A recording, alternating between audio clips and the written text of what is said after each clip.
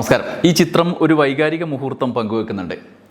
കളങ്കാവൽ എന്ന് പറയുന്ന ഏറ്റവും പുതിയ സിനിമയിലെ പ്രധാനപ്പെട്ട രണ്ട് കഥാപാത്രങ്ങളെ അവതരിപ്പിക്കുന്ന വിനായകനും മമ്മൂട്ടിയും അവർ ഒരുമിച്ച് ഒരു വേദിയിൽ ഒരു ചടങ്ങിൽ സംബന്ധിക്കുന്ന ഘട്ടത്തിൽ എടുത്ത ചിത്രമാണ്. അത് മനസ്സിനെ തൊടുന്ന ചില സംഭവങ്ങളുടെ കൂടി പശ്ചാത്തലത്തിൽ നമ്മുടെ മനസ്സിലേക്ക് വൈകാരികമായ ചില മുഹൂർത്തങ്ങളെ പകർന്ന് നൽകുന്നുണ്ട്. അത് നിങ്ങളോടുകൂടി പങ്കുവെക്കാം എന്ന് വിചാരിച്ചാണ് വന്നത്. ചിത്രത്തിൻ്റെ കഥയിലേക്ക് നേരിട്ട് കടക്കാം. അതിനാദ്യം ആ പരിപാടിയിൽ മമ്മൂട്ടിയുടെ പ്രസംഗത്തിലെ പ്രധാനപ്പെട്ട പോയിന്റുകൾ കേൾക്കണം.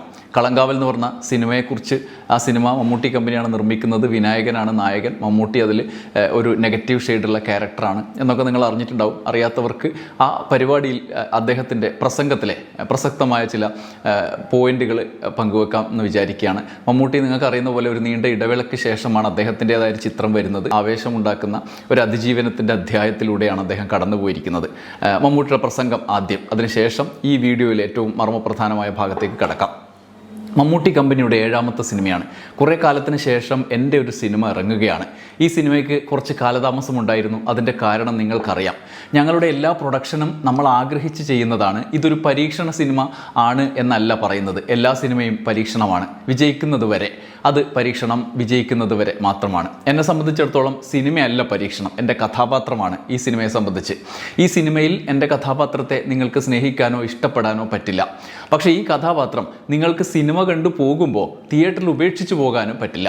ഈ സിനിമയിൽ എനിക്ക് ആദ്യം ഓഫർ ചെയ്തത് പോലീസ് ഉദ്യോഗസ്ഥൻ്റെ ഒരു റോളാണ്. അത് എന്നേക്കാൾ നന്നായി ചെയ്യാൻ വിനായകനാണ് നല്ലത് എന്ന് എനിക്ക് തോന്നി. അദ്ദേഹത്തെ സമീപിച്ചപ്പോൾ ആദ്യം വിശ്വാസമായില്ല. ഇത് വിനായകൻ തന്നെയാണോ ഉദ്ദേശിച്ചത് എന്ന് അദ്ദേഹം ചോദിച്ചു. ഞാൻ പറഞ്ഞു, അതെ, ഈ സിനിമയിലെ നായകൻ വിനായകനാണ്. നമ്മൾ അങ്ങനെ തന്നെയാണ് ഈ സിനിമയിൽ നായകനെ ട്രീറ്റ് ചെയ്തിരിക്കുന്നത്. വിനായകൻ തന്നെയാണ് നായകൻ. ഞാൻ നായകനാണ്, പക്ഷേ പ്രതിനായകനാണ്. ഇത്രയും നാൾ എൻ്റെ എല്ലാ സിനിമാ കസർത്തുകൾക്കും സ്വീകാര്യത നൽകിയ പ്രേക്ഷകരെ വിശ്വസിച്ച് തന്നെയാണ് ഞാൻ ഈ കഥാപാത്രത്തെയും ഏറ്റെടുക്കാൻ ധൈര്യപ്പെട്ടത്. എൻ്റെ ആത്മവിശ്വാസത്തിന് കൂട്ടുനിൽക്കും എന്ന് തന്നെയാണ് ഞാൻ വിശ്വസിക്കുന്നത്. കാരണം കഴിഞ്ഞ 45 വർഷമായി നിങ്ങളെ വിശ്വസിച്ചുകൊണ്ടാണ്, രസിപ്പിച്ചുകൊണ്ടാണ് ഞാൻ ഇവിടെ നിൽക്കുന്നത് എന്നാണ് മമ്മൂട്ടി പ്രസംഗത്തിൽ പറഞ്ഞത്.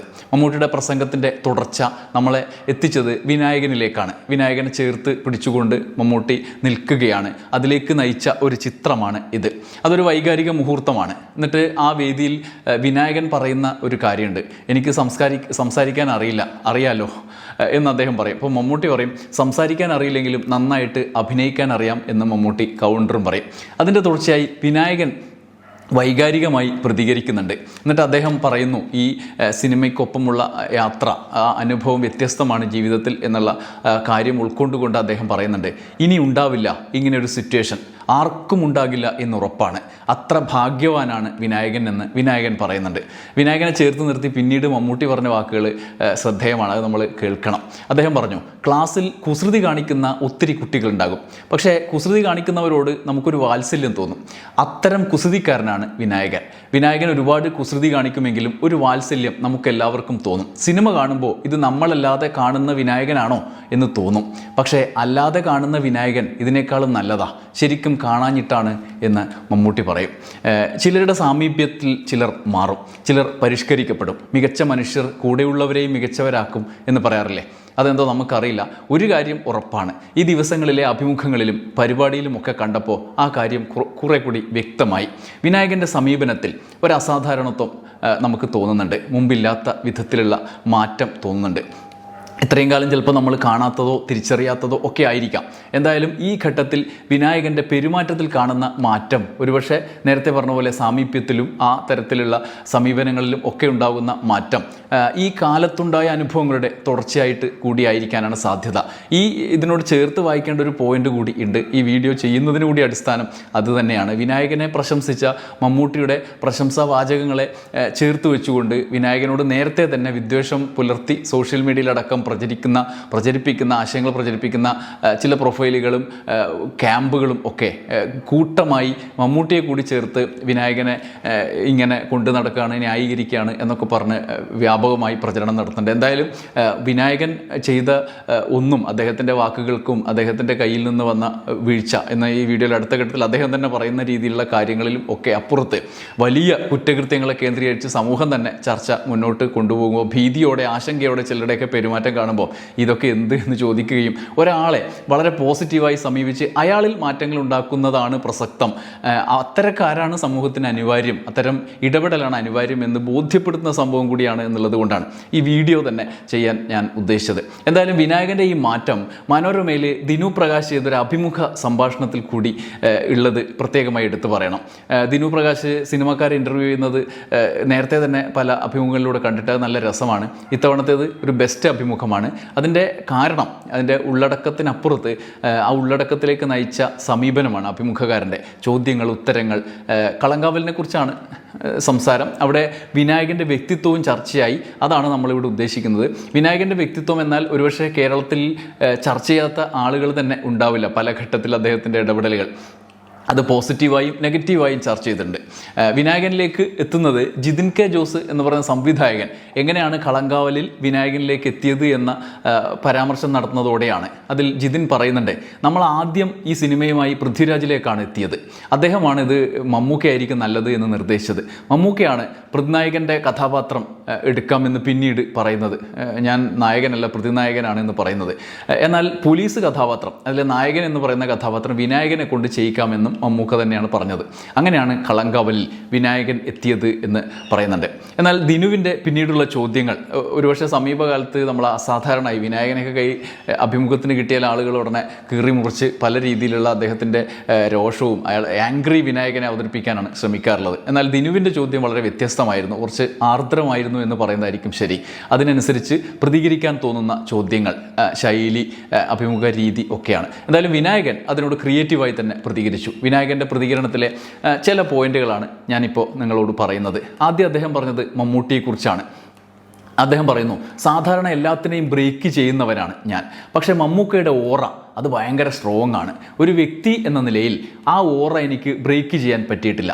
സാധാരണ ഞാൻ എങ്ങനെയെങ്കിലും ഒരാളുടെ അടുത്തെത്തിയ അയാളെ ബ്രേക്ക് ചെയ്യും, ആ തരത്തിലുള്ള തടസ്സങ്ങൾ ബ്രേക്ക് ചെയ്യും. പക്ഷേ ഇവിടെ അത് സാധിച്ചില്ല.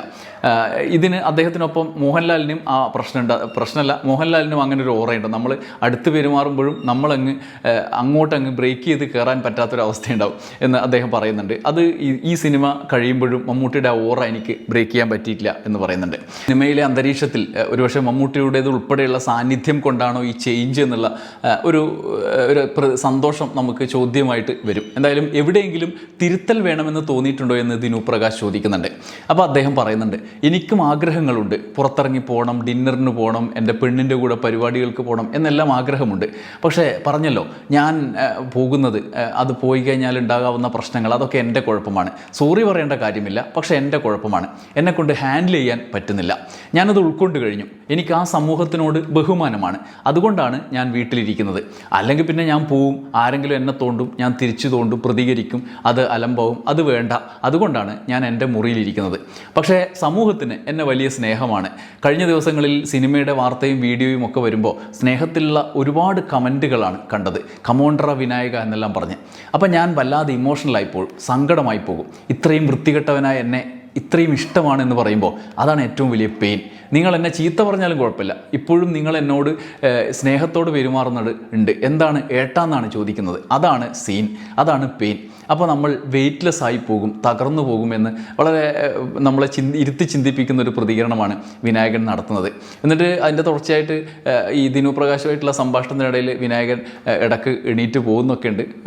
ബഹിഷ്കരിച്ച് പോയതല്ല, പിന്നീട് അത് സൗഹൃദത്തിലേക്ക് മാറുകയും തിരിച്ചു വന്നിരിക്കുന്നു ഒക്കെ ഉണ്ട്.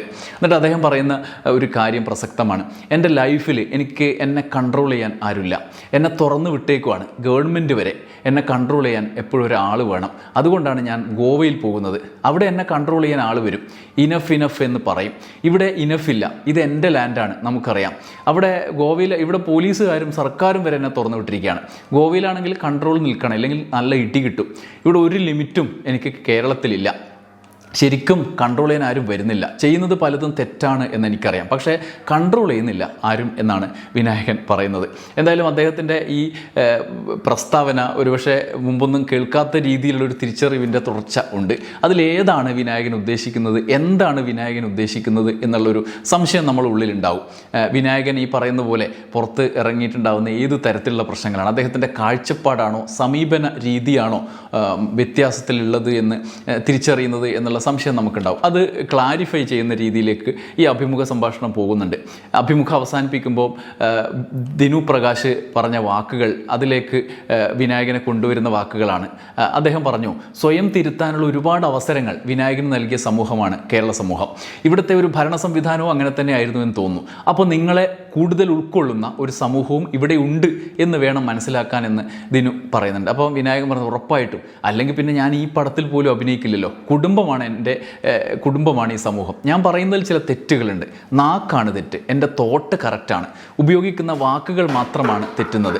അതിൽ തന്നെ ചിലത് അങ്ങനെ തന്നെ ഉപയോഗിച്ചാലേ പ്രസക്തിയുള്ളൂ, അല്ലാതെ ഞാനൊന്നും അറിയാതെ പ്രയോഗിക്കുന്നതല്ല എന്ന് വിനായകൻ പറയുന്നുണ്ട്. അതായത് ചില കാര്യങ്ങൾ ജനറലായിട്ട് എല്ലാം തെറ്റാണെന്ന് പറഞ്ഞതല്ല, താൻ ഉദ്ദേശിക്കുന്ന ചില കാഴ്ചപ്പാടുകൾ അതുപോലെ തന്നെ നിലനിൽക്കുന്നുണ്ട്.